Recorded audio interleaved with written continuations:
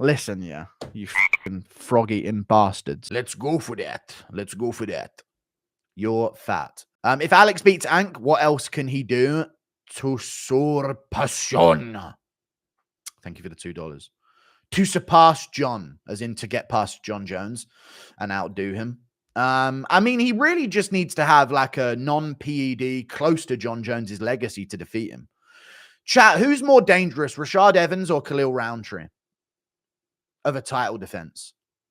Forget eras, forget everything. Who is a more dangerous fighter for a title fighter in their prime? Khalil Roundtree in a fight or Rashad Evans in a fight? Rashad was tiny. He was tiny, but he was good, to be fair. Interesting. Roundtree. Like, put it this way, chat. Who would win, prime Roundtree or prime Rashad? I know that's not the best way of doing it, but who wins, prime Roundtree, prime Rashad?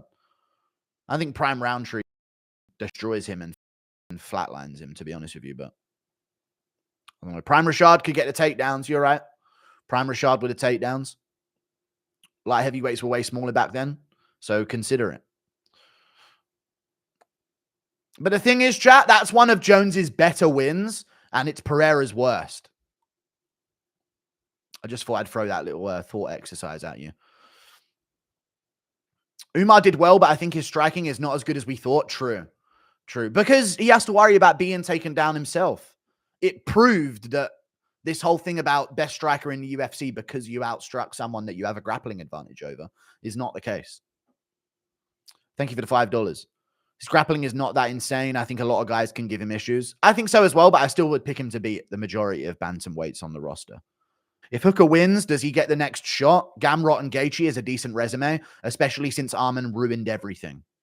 He did ruin everything. Thank you again, Ethan, on everything for the $50. Appreciate that.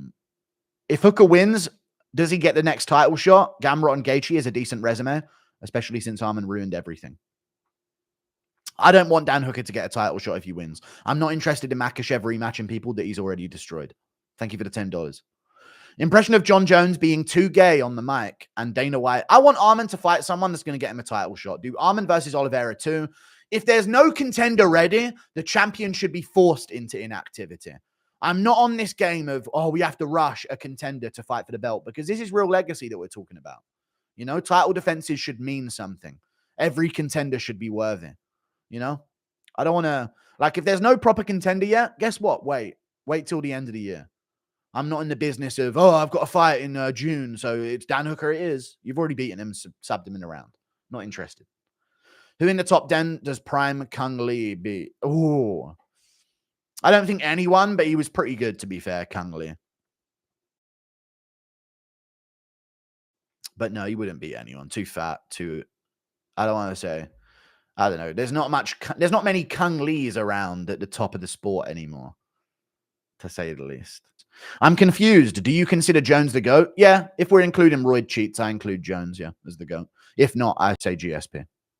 In all honesty, I think that we're finally getting to the point now where legacies are, we're starting to absorb Anderson Silva, GSP, and their legacy, Demetrius Johnson. We're getting to that level with some of the champions that we have right now. With Marab, not Dominic Cruz, you know what I'm saying? We're getting to the point where we're really starting to put into perspective how weak some of the wins were in these older GOATs' legacies.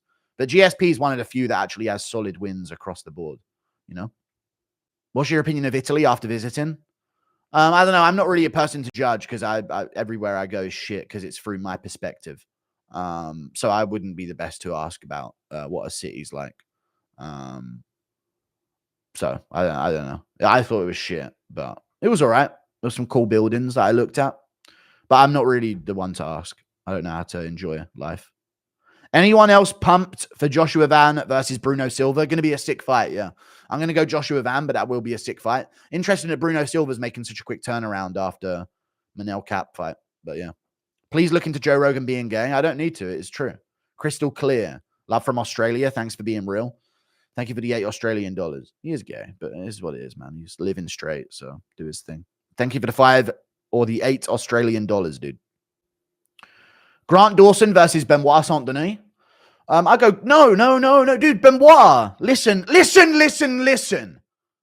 Benoit Saint Denis can fight an unranked guy that isn't. No big fights for Benoit. Let him prove it again. You know what I mean? Grant Dawson should be looking against someone who's also coming off a win in the rankings.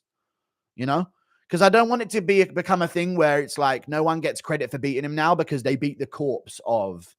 They beat the corpse of Benoit Saint Denis. Yeah, but he beat him after what Moicano and Poirier did to him. I don't want that. You know what I mean?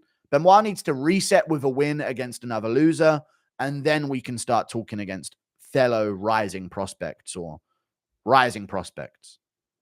Then would you be okay with Arman versus Olives and Gaethje versus Islam, though, since they haven't fought, and Gaethje would have won 3 out of his last 4? Arman Olives and Gaethje Islam. No. If you want to fight for a belt, be on a win streak more than 1. This is the world fucking championship we're talking about. I want Gaethje snapping a loss streak or snapping back after a loss, a brutal loss, and getting given pound for pound number 1 to like add to his legacy. Stop. No. Let them build a resume. Let them build a bit of a streak. Let one lightweight contender stand out with more than a 1-fight win streak. For the love of God, please. Thank you for the $5, Nelson Logjammed something. Thank you. Thank you for the $8 Australian. Imagine Yuri moves to heavyweight and fights Aspinall for the title after Aspinall flatlines Jones with a bolo uppercut. Let's go for that. Let's go. That'd be sick, dude. God, that'd be awesome. I don't see it, though.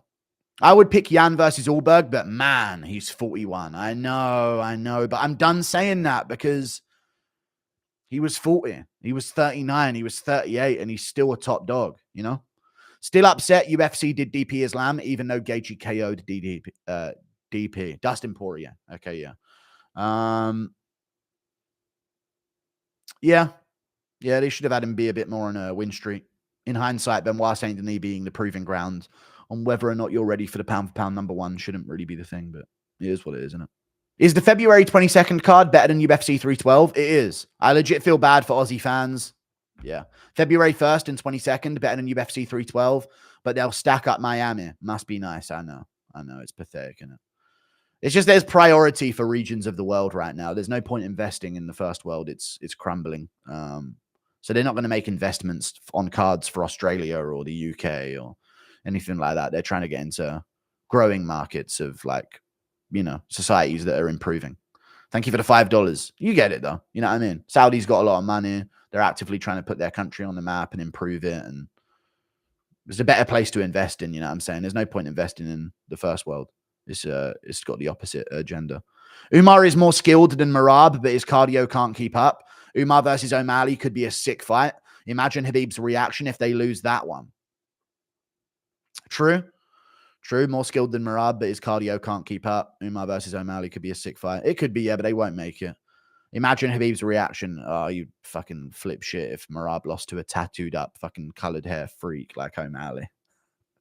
I'm telling you. Dealing with severe alcoholism. Just need to hear someone other than my demons. That's all right, man. Thank you for the $5. Severe alcoholism? I can't relate. I don't drink. It's bad for you, innit? So, I don't know. I need to stop doing other things that are bad for you, like overeating, though. So, it is what it is.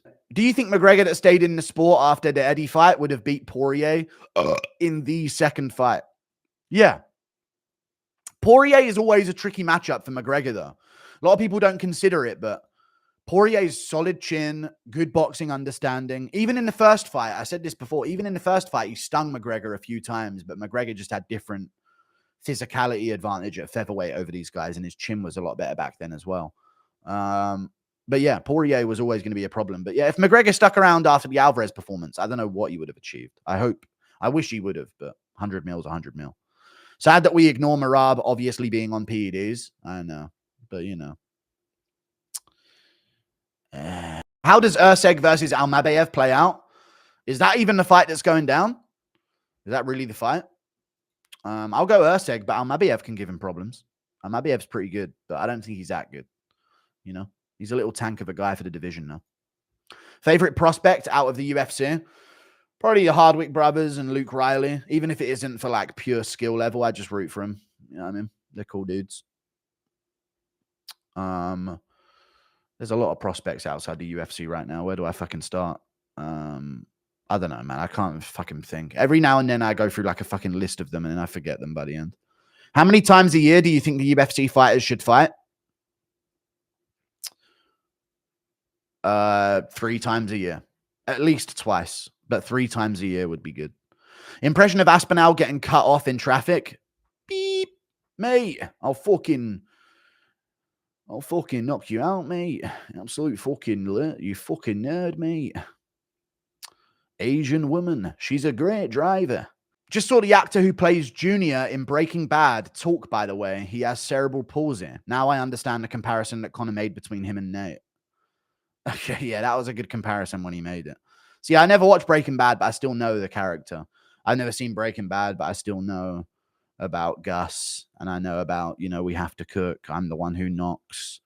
All of the lines. Is it certain like short form content ruins all these shows and films now? Next on views on next opponent for Lerone Murphy and Arnold Allen. Lerone Murphy versus Josh Emmett and Arnold Allen versus. I'm only saying the Emmett fight for Murphy because he called him out, didn't he? I don't know who Arnold Allen's going to fight. They kind of ruined the whole fucking division by putting Diego Lopez against Yair Rodriguez. So I don't know. It's kind of tricky right now. I'd say Arnold Allen versus. He should be above Brian Ortega, by the way. Just saying. Arnold Allen versus. Brian Ortega, but I want to see Brian Ortega Aljamain Sterling. So I don't know. They ruined the whole fucking division. I hate them for it by doing Diego Lopez, Yair Rodriguez. So there's no matchups. So let's instead do Arnold Allen versus Josh Emmett and Lerone Murphy versus Bryce Mitchell, I guess. Let's go for that. Indeed. Rumors of Islam versus Holloway have been circulating. I don't care. It's not happening. He's literally coming off a KO loss. Impression of Hadley telling Joe Rogan he is straight. I promise I'm straight. Thank you for the £2. Max versus Charles. Arman fights Hooker or Justin. The winner of it. Yeah, I could see that. Especially if they do Pimlage versus Moicano straight away. Thank you for the $2. Dana saying Islam pound for pound #1 is a bad sign for the Jones deal. It really is a bad sign, yeah. Impression of Dominic Cruz and Nerd Hagen holding each other against the cage for 5 rounds and uttering quirky insults at each other. You're not cut out for this, man. You're too much of a fucking dweeb, man. Yeah, sure, buddy. You don't even know quantum mechanics. I don't know how to be a nerd. Thank you for the $5 Australian. I think Gaethje beats Islam if and only if they fought right after he beat Dustin Poirier. Islam doesn't have Habib toughness, and it would have been pre-300 KO. I don't think so. I don't think so at all. I think Gaethje's got really good initial takedown defense, but once you get him down, he's fucked. So I would say Makhachev maybe fails a few takedowns, has some trouble in the first or second round, and then eventually does get a takedown on Gaethje and submits him immediately as soon as he does. Thank you for the $2. Do you think Mike Davis wins next Saturday against Faresiam? I don't. He's a little too large for him. Sending hate from Liverpool, you drunk seaman, lad. Eh? You fucking weird, lad. Imagine God gave you that accent on birth. You know what I mean? No wonder they were so fucking godless over there in Scousland. Hey, lad. Hey, shut up, lad. Women need to stop talking, lad. Le Guru de MMA has got it up, but it's got no views in 13 minutes. So he's not really one of the big dogs, you know?